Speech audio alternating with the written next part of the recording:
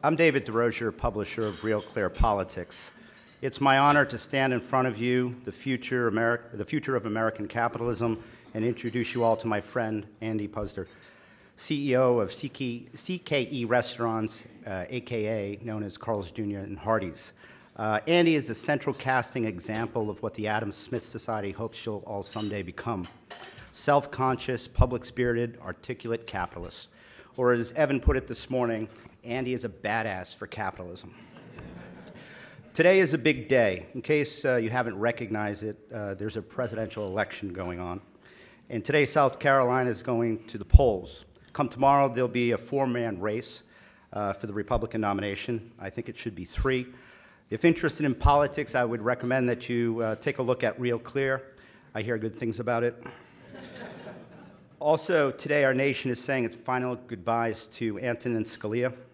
I bring him up because in 1982, 4 years before Scalia was appointed by Ronald Reagan and confirmed by the Senate to the Supreme Court, a group calling themselves the Federalist Society opened their doors with the purpose of creating a pipeline of future judicial talent that would benefit our experiment in self-government. Long story short, they succeeded, and their success is the inspiration of the Adam Smith Society.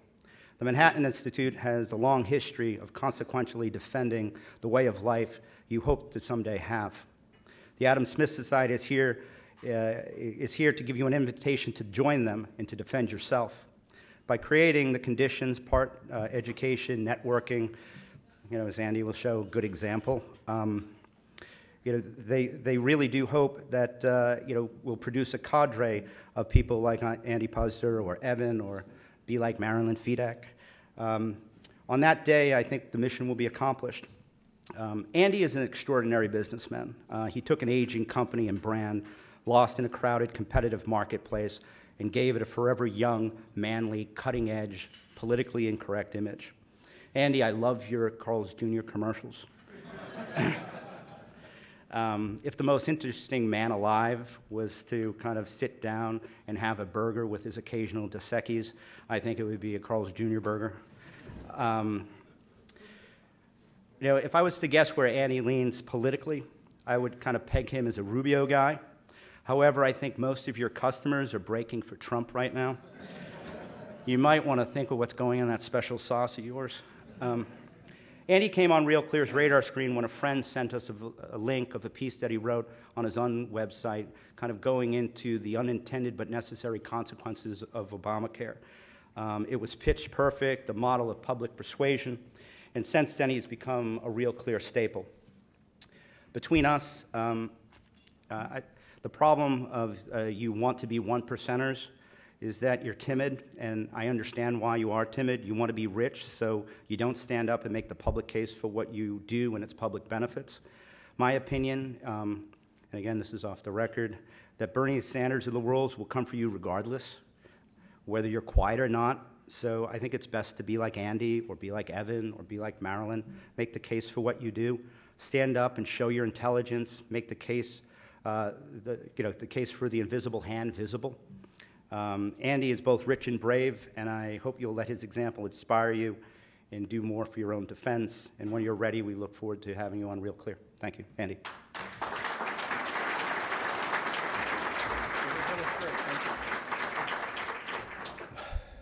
All right, thank you, David, for that generous introduction, and I'll try and live up to my badass reputation now that you've established it. I also want to thank the Manhattan Institute and the Adam Smith Society for giving me the opportunity to be here today to discuss the importance of free market capitalism, an economic system that truly has lifted more people out of poverty and created more freedom and prosperity than any system ever devised. It's a particular honor to do so before young men and women who belong to a society, or considering a society, named for that system's founding father, Adam Smith. As David mentioned, I'm Andy Puzder, CEO of CKE Restaurants, which you'll know as Carl's Jr. if you're from the West. If you're from the East, from the Midwest or Southeast, you'll know it as Hardee's. If you're even in New York now, we have a couple restaurants and a couple in New Jersey. By training, I'm an attorney. I went to Washington University in St. Louis. I became CEO about 15 years ago because this company was failing and heading towards bankruptcy, and they said, let's see if the cocky lawyer can fix it. But due to a team effort and an entrepreneurial approach, we're doing very well today. Now, while I'm a CEO and an attorney, I did not grow up rich. I grew up in a working class family from Cleveland, Ohio. My first job where I got a paycheck was scooping ice cream at Baskin-Robbins for about $1 an hour, which was then the prevailing minimum wage. I worked my way through college and law school without government or family assistance. By painting houses, cutting lawns, busting up concrete with a jackhammer in St. Louis in the middle of the summer. For those of you from St. Louis, you'll know how unpleasant that was. Really, I worked all sorts of jobs, and I was always grateful to have the work and never felt that any of this work was below me. But I grew up in a different time with different attitudes. I was a kid in the 50s and the 60s and was always taught that I could be whatever I wanted to be if I was willing to do the work. I was never told that other people had more than they deserved or that we had less than we deserved. My dad supported our family as a car salesman. He sold Fords. When I was about 10, he took me with him, that's about 1960. I went with him to deliver a car to a very wealthy individual in a very wealthy area, kind of Downton Abbey wealthy, in a place called Hunting Valley, Ohio, Gates Mills. We pulled through the ornate gate, and I saw this huge, beautiful house that really dwarfed the little ranch house that the 5 of us lived in. And as my dad drove past it, I asked why he didn't stop. And he told me it was the guest house. We then drove by these imposing stables that were really far more impressive than the little ranch house we lived in. Horses and guys in livery in those dark woods. And I didn't know what I was going to see next. So we finally pulled up to the main house, which was just stunning. We walked up to the main entrance, and surprisingly, Mr. Humphrey, who owned all of this, came to the door himself, took the keys, thanked my dad, and gave my dad the keys for his trade-in. So we're walking back. I'm dumbfounded. This incredible wealth that surrounded me. And so we walked back to the car. And I asked my dad, what does Mr. Humphrey do? My dad said he's a lawyer and he owns a business. And I can still remember thinking, a lawyer. I could be a lawyer. So I looked up my dad and asked, what's a lawyer? But the notion that it mattered what percent we were in or that Mr. Humphrey had so much wealth while we had so little never even occurred to me. What occurred to me was I could do that. Now, there's never been a nation where a working class kid like me could aspire to that level of success with any realistic chance of achieving it. And I want to talk to you about why I felt that way and why it was important and the depth of the tragedy that will ensue if we lose that attitude.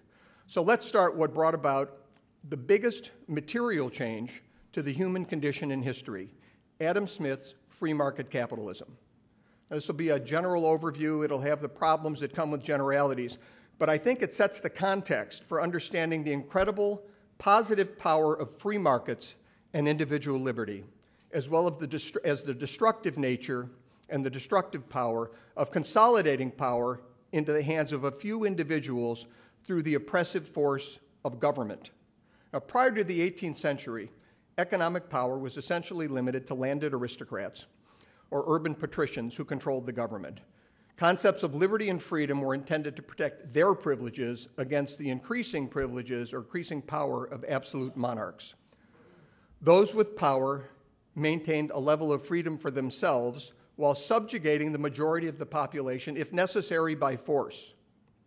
Generally, these systems were based on military conquest. You won the war, you parceled out the land to your supporters, and thus they ruled as aristocrats with little or no concern for the masses. Aristocrats owned the land produced wealth. There simply weren't enough jobs for everyone, and people generally either found a trade like blacksmith, joined the military, joined a religious order, worked the land as serfs, or starved. Now, as oppressive as this economic system was, there simply wasn't a system that was capable of feeding everybody, much less allowing people to improve their lives or even imagine a better life or a better future for themselves or their children. Then came capitalism. Artisan shops, which had previously catered to the privileged classes, became factories, catering to the masses, many of whom were now employed in those very factories. Capitalism and the Industrial Revolution are often criticized for mass production, but it's important to keep in mind it was mass production for all, rather than limited production for the wealthy, Consumers, not ruling aristocrats, would make decisions through their collective purchasing power that would guide the economy, determining whether one business succeeded and another failed. The serving class, the peasant class, became the consumer class. And those who ran the economic engines now became subject to the desires of that greatly expanded consumer class. Henry Ford didn't build Fords for aristocrats. He built them for the masses. Steve Jobs, over a century later, he didn't build iPhones for aristocrats. He made them for the masses. Rather than impoverished masses catering solely to a ruling elite who controlled society's economic benefits, the ruling elite were now concerned with finding the best way to please the masses. Over time, the slaves and the serfs disappeared. They became patrons, buyers, consumers, who in an economic form of democracy voted with every dollar they spent, no longer restrained by the whims of an aristocratic hierarchy that believed it was entitled to rule due to its superior intellect and birth. By unleashing the will to succeed, capitalism encouraged innovation across a broad spectrum of society, with people from every walk of life striving to come up with the next great idea, the next great service or product that consumers couldn't live without. It also increased productivity, making work pay, and vastly increasing the number and value of jobs. Adam Smith's invisible hand was lifting more people from poverty to prosperity than the oppressive fist of government ever had. In the United States, the release of this dynamic entrepreneurial energy resulted in the most innovative society the world has ever known, creating more wealth and spreading it across broader demographics than any nation ever had. In 1776, as you all know, 13 colonies, 13 backward colonies by world standards at the time, rebelled against a ruling aristocracy because of government economic oppression. By 1885, within merely 110 years, these backward colonies became the world's largest economy, proving the thesis of Adam Smith's seminal work, The Wealth of Nations. Now think about the difference that this created for common men and women.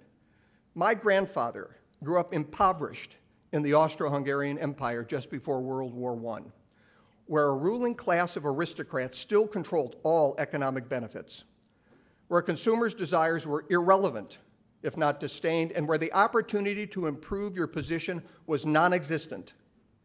His future held little opportunity to be anything other than a peasant, lucky to eke out a living as a serf beholden to a landed aristocrat. As a teenager, he left and came to America. He died having fulfilled his dream of owning his own home and having 2 children with high school educations. Small dreams by today's standards, huge dreams at the time. His grandson, me, started his career scooping ice cream at Baskin-Robbins, saw no barriers to his dreams of a better future, and became a lawyer who now runs an international corporation. But for the economic opportunities of our free market economy, which drew my grandfather like a magnet to leave his home and his family for a better life while still a teenager, I'd probably be a bald and toothless farmer sitting on a porch in Slovakia today, rather than here addressing this great group of students. There's never been a nation or an economic system that offered millions of people, like my grandfather, the opportunity to make a better life for themselves and for their families, that opened the door to success solely based on the commitment to give an honest day's work for an honest day's pay, or where success was determined not by your birth, but by your desire to work harder, longer, or smarter than the next guy. Another person who took advantage of this opportunity and to whom I owe a great debt was named Carl Karcher. Carl was a bread truck driver from Ohio with an 8th grade education and a belief in the American dream. In 1941, he and his wife Margaret borrowed $315 and bought a hot dog cart and started a business on a street corner in South Central Los Angeles. That $315 investment has grown into CKE Restaurants. CKE stands for Carl Karcher Enterprises. The international corporation has been my privilege to lead for the past 15 years.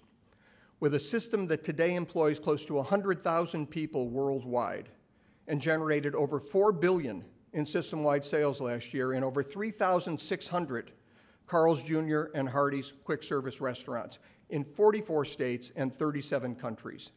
That's countries as diverse as Russia, China, Vietnam, Saudi Arabia, Egypt, Brazil, Mexico, Kazakhstan, India, Iraq, Australia, New Zealand, Denmark, and Turkey. This year will open in Japan and Cambodia. All from a $315 investment in a hot dog cart and a belief that if in America, if you had the will to succeed, you'd have the opportunity. So what are we doing with this incredible gift of a free enterprise system that gives everybody the ability to dream big and the potential to succeed beyond those dreams? Well, over the past 6 years, we've seen a disturbing move away from individual responsibility and reliance on free markets to a dependence on government. Whenever government expands, individual freedom contracts. When government takes power, it takes it from somewhere or someone. That someone is you. Whenever government gives you something, it takes something from you, your independence and your freedom. So why do people want to expand government power and diminish this incredible free enterprise system? Well, some are well-intended. They believe government can be a force for good, and government certainly serves a role. The Constitution's preamble states that our government was formed to establish justice, ensure domestic tranquility, provide for the common defense, promote the general welfare, and secure the blessings of liberty. But we shouldn't ignore the reality that government inevitably falls under the control of people who view themselves as an elite group, better able to make decisions for us because they believe we are incapable of making those kinds of decisions for ourselves or for society. They would take Adam Smith's invisible hand, the millions of consumers guiding economic growth and innovation, and replace it with the very visible fist of government. Rather than the guiding hand lifting people up, they prefer the rough and destructive fist of government, knocking dreamers and doers down. Over the last 7 years, this very visible fist has been particularly destructive. We've seen $800 billion in so-called government stimulus spending, putting money in the hands of businesses and individuals that the government selected. Now, that's something the government does very poorly. Think about Solyndra or Fisker. The promised economic growth never materialized. GDP has stagnated at about 2%. Government spending on projects to infuse cash into the economy really created nothing real or permanent. The problem is businesses don't invest in growth tomorrow based on temporary government benefits today. Think about cash for clunkers. But what about infrastructure investments?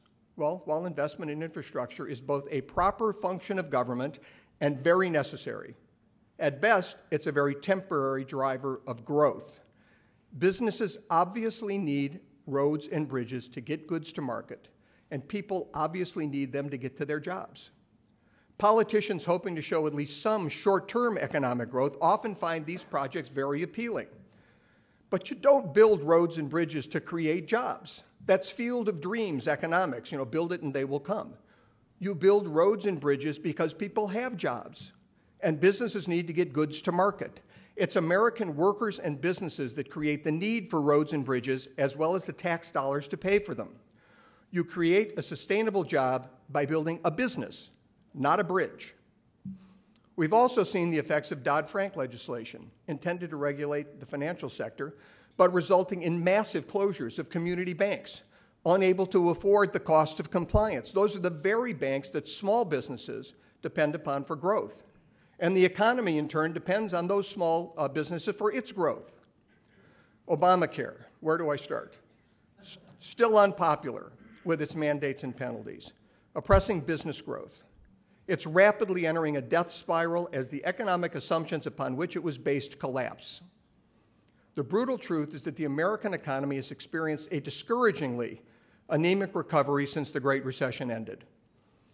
While the 6 other recoveries since 1960 averaged 4% GDP growth, and the Obama administration promised 4% GDP growth if Congress approved the $800 billion in stimulus spending, economic growth has averaged a paltry 2%. That means catching up to pre-recession employment levels has been agonizingly slow. After more than 6 years of recovery, 4.3 million more people are working now than were working when the Great Recession began in December of 2007. But the employable population It's increased by 19 million people. That's over 4 times the number of people who found jobs. Perhaps more disturbing, only 1.5 million of those who found jobs found full-time jobs. In other words, about 2/3 of those people are working part-time. Now, a part-time job may well be the path to a career, but there needs to be a career at the end of the path. With anemic economic growth and business closures exceeding business startups throughout the Obama presidency, that's the first time that's ever happened. Careers are in short supply. The labor force participation rate, I know you're all business students, but that's the percentage of people working or actively looking for work. That's been below 63% for 22 consecutive months. It was last as low as 63% over 37 years ago when Jimmy Carter was president and before women entered the labor force in large numbers. It was at 62.7% in January. Now keep this in mind when you hear the Obama administration officials tout how the unemployment rate has declined. For purposes of the official unemployment rate, people who are working part-time, let's say as little as 2 hours a week, are considered fully employed, even if they're working that job solely because they can't find a full-time job. BLS reported, Bureau of Labor Statistics reported, that in January, 6 million people were working part-time because they couldn't find full-time jobs. For purposes of calculating the unemployment rate, they were considered fully employed. But those who've given up, even those who've given up work, if you've given up work, looking for work for just 30 days, all right, that's what, when you say people working or actively looking for work means you've looked in the past month. If you haven't looked in 30 days, you're not counted as unemployed, even if you want a job, and even though you clearly are unemployed. Say in January, 6 million people who wanted a job now were deemed not in the labor force. So we're not considered unemployed, even though they clearly were unemployed. Now, my point is that because of how the official unemployment rate is calculated, it's a very unrealistic indicator of economic health when labor participation is declining, as it has been since President Obama took office. The problem is that people who would rely on big government instead of free markets simply do not understand how jobs and careers are created and end up relying on these irrelevant statistics. Their assumptions seem to be that jobs will be there no matter what they do to expand government and impede the ability of businesses to grow. Now, clearly, over the last 7 years, we've learned that just isn't the case. It's American businesses that create jobs, and let's talk about how for a minute. Let's use CKE restaurants for an example, just because it's a business that I'm very familiar with. We're over 90% franchised. That means small business owners own most of our restaurants. Our franchisees create entry-level jobs and management careers every time they open a Carl's Jr. or a Hardee's restaurant, as you would imagine. After opening, each restaurant creates about 25 permanent self-sustaining jobs within the restaurant itself. But the job-creating impact of our restaurants is felt far beyond the restaurant itself. Franchisees generally invest more than $1 million to permit, build, and equip restaurants, creating jobs for architects, attorneys, construction workers, and equipment manufacturers. Our approximately 3,000 domestic restaurants spend over $1 billion every year on food and paper products. That creates jobs from the farmers who plant the seeds to the drivers who deliver those products to our restaurants. We also spend $175 million a year on advertising. That's great for actors and workers at ad agencies, and I know David likes the actors and actresses in our ads, as well as the radio and TV stations. We spend $150 million annually on capital improvements, remodeling restaurants and purchasing new equipment. That spurs opportunities for construction workers, equipment manufacturers, and more. Then there's roughly $100 million that we put towards annual maintenance, providing jobs for window washers, air conditioner repair people, and landscapers. These workers in turn spend their incomes on food, clothing, housing, medical care, education, and entertainment, supporting even more jobs. The more restaurants we build, the more jobs and the more growth we create in local communities. Collectively with our franchisees, CKE provides employment directly for more than 75,000 people just in the United States. And we support jobs for tens of thousands of others outside of our restaurant that you don't see when you go to the restaurant. Think of these ancillary jobs as concentric circles of job creation that emanate from each of our restaurants. This incredible engine of economic growth applies to every part of the American economy, whether it's Ford or Apple or Caterpillar or Walmart or Coca-Cola. The web of job creation is the same, and it's overlapping. So if a politician wants to solve the problem of too few jobs or too much income inequality for working class Americans, limiting their path to the middle class, the solution is very simple. Help businesses add jobs by simplifying the tax code, enacting regulatory reform, and getting government out of the way. Make it easy to create jobs, and American entrepreneurs will take it from there. American workers have experienced meaningful job and wage growth, have not experienced meaningful job or wage growth for the past 6 years because the Obama administration did not pursue a free market path dependent on Adam Smith's invisible hand, guided by American consumers and businesses. They chose the fist of government by choosing to increase both regulation and taxes while using government bureaucrats to allocate resources. Their approach has caused American workers to suffer through the feeblest economic recovery since the Great Depression. And we stand here today weakened economically should another financial crisis arise. Free market capitalism has allowed us to build the single greatest engine of growth and shared prosperity that the world has ever known. Free enterprise enables all of us to both dream big and fulfill those dreams, but we must allow it to work its wonders, to create opportunity and foster innovation. We should never succumb to the idea that a small group of elites, however they're chosen, can create our futures for us. As Friedrich Hayek, another brilliant economist, said, that's the road to serfdom. That's the very road my grandfather came to the United States to avoid. History's shown there's only one road to empower consumers, inspire innovation, create opportunity for all, and restore America's economic vitality, and that's Adam Smith's free enterprise capitalist system.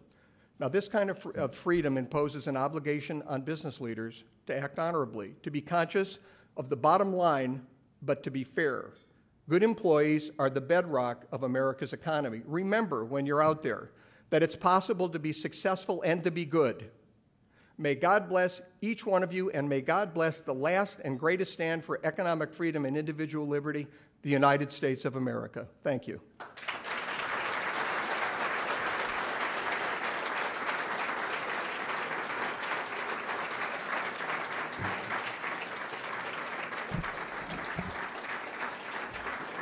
Thank you very much.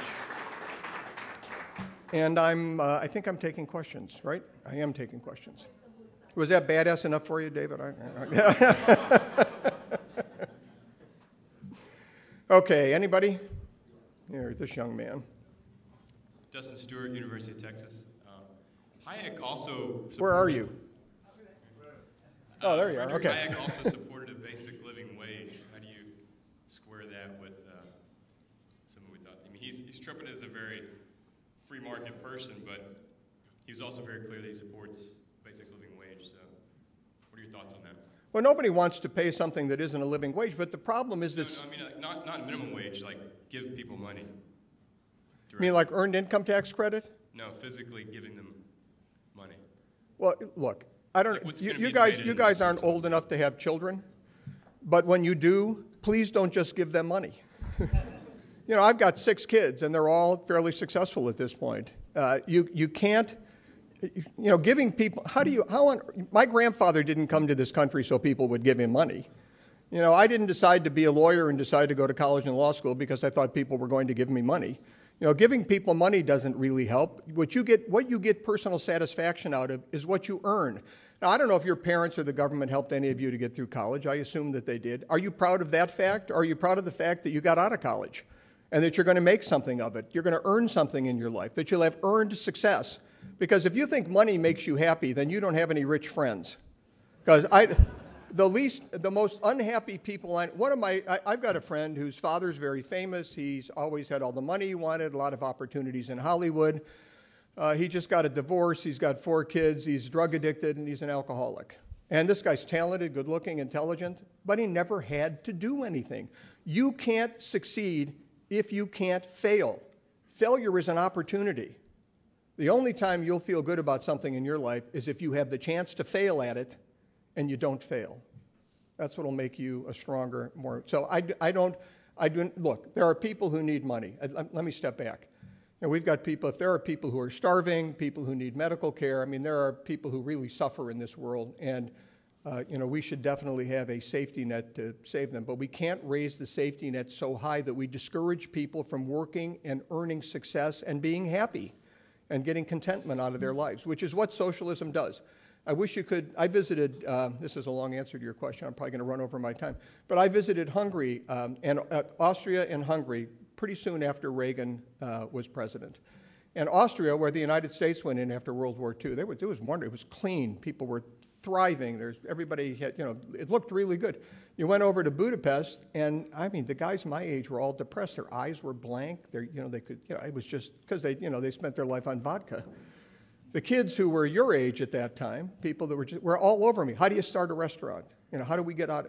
What can we do? What can we do to make ourselves better?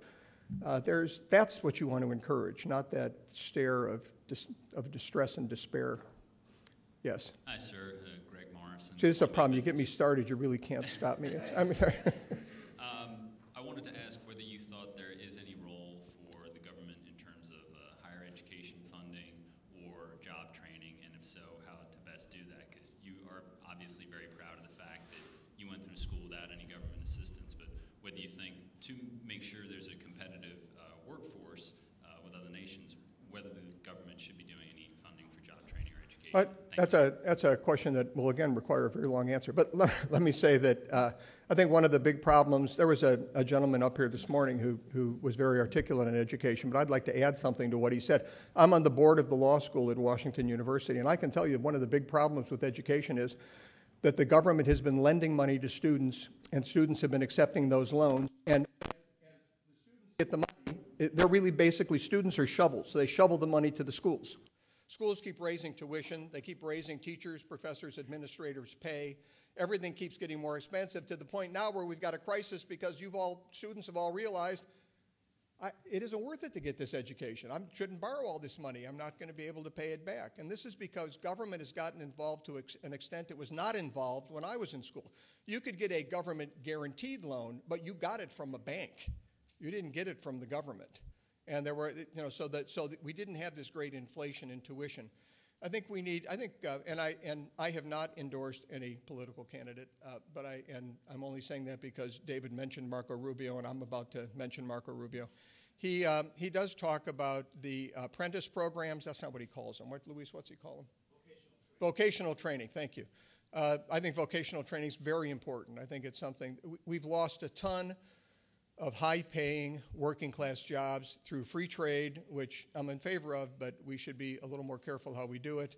A lot of jobs have gone to China and Mexico, including 5 million manufacturing jobs since 1996. We're 5 million manufacturing jobs down since 96. The employable population's increased by 50 million people. And then you've got jobs that are taken in this country by people that may not be here legally, such as in construction. I had a buddy who just had his house remodeled, and it was a lot of people who may not have been here legally. And so you've really squeezed the working class in a way that's probably not appropriate. Young man. Hi, good afternoon, Obin Okani, Wake Forest University. So you implored us to be honorable businessmen and women.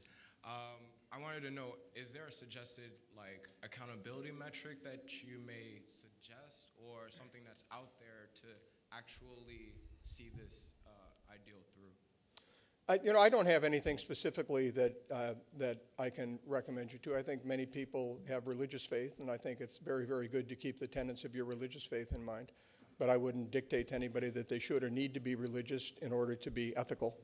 I think you know when you're stealing from people, when you're taking something unfairly from people, and you should never do that as an employer. You should try and make sure, if you make sure your employees are well taken care of, they'll make sure you're well taken care of. We have franchisees, as I told you, and my business philosophy, which I tell the franchisees all the time, is if the franchisees make money, we all make money. I mean, you have to be conscious of the needs and desires of the people who work for you or with you. And, don't steal, don't lie, don't deceive. I mean, it's the basic tenets that I think you can find just about anywhere. Yes? My name is Ken Kronberg from the University of Texas, and The agricultural business gets tremendous subsidies from the government, from both parties. And I mean, this is a serious question. What percentage of the ingredients that your company uses are sourced from businesses that are not receiving these subsidies or handouts? I have absolutely no idea. I don't even know how I would determine that. Obviously, the products go from the field to the company that manufactures them, and I'm sure they mix things together that have subsidies and don't have subsidies. But I don't believe the government should subsidize industries. I don't know why we would be subsidized. I'm not a crony capitalist. I oppose crony capitalism. We are not dependent on the government at our company for any particular benefits. So I don't really think American businesses should be. Yes. Hey, Matt Richmond, Ken Flagler. One of the sort of critiques against free market capitalism is that you need a level playing field, make it easy for everyone to be able to compete. What's the best way to make sure that's a possibility, to let people improve their position?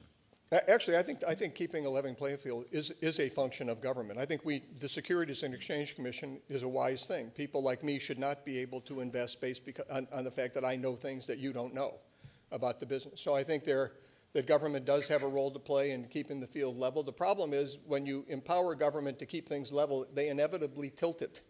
And it inevitably gets tilted towards whichever side's in power, trying to gain political benefit from the tilting so people will vote for them. And I think we are really tilted right now. We're in a very, very bad and dangerous situation where the function of government has been abused. And in fact, its legitimate function under the Constitution has all but been ignored. And we need to restore our constitutional frame of government, limited government, individual liberty, economic freedom. That's what will turn this country around. Thank you. Thank you.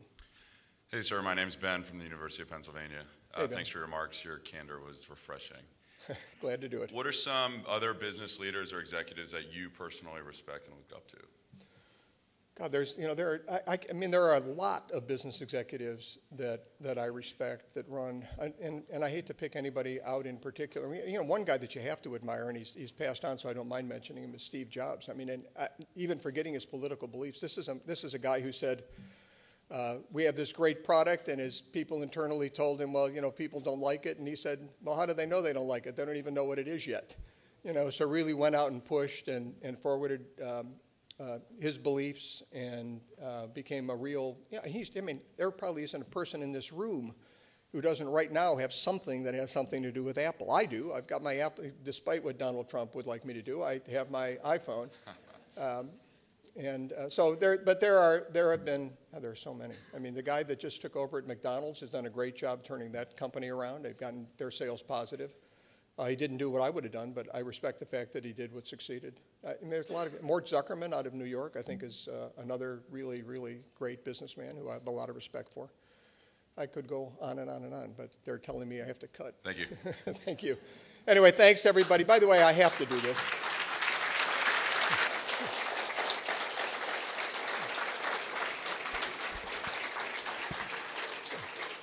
My wife has told me if I stop doing this kind of thing, if I don't go on Fox News, if I don't write op-eds, that she wants a divorce because I'll drive her crazy. So I want to thank you for giving me the opportunity to be here today and preserving my marriage. Thank you.